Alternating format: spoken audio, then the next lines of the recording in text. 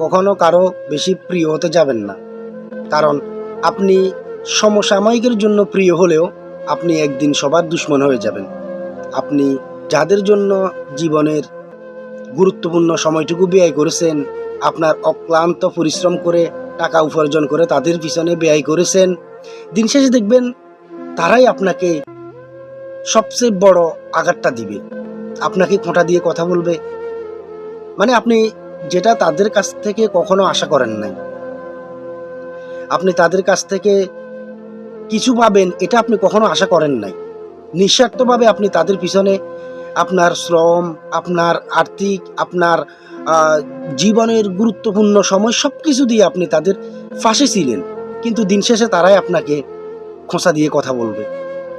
যতটুকু সম্ভব মানুষের কাছ থেকে দূরে থাকবেন, কথা কম বলবেন, মানুষের সাথে বেশি আন্তরিকতা দেখাবেন না, তাহলে আপনি নিজে একদিন ঠকে যাবেন।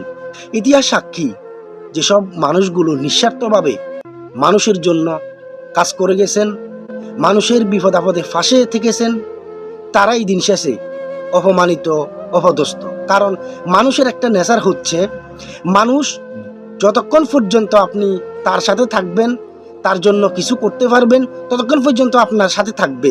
আপনি যখন তার সঙ্গ ত্যাগ করবেন, দেখবেন আপনি তার চিরশত্রু হয়ে গেছেন।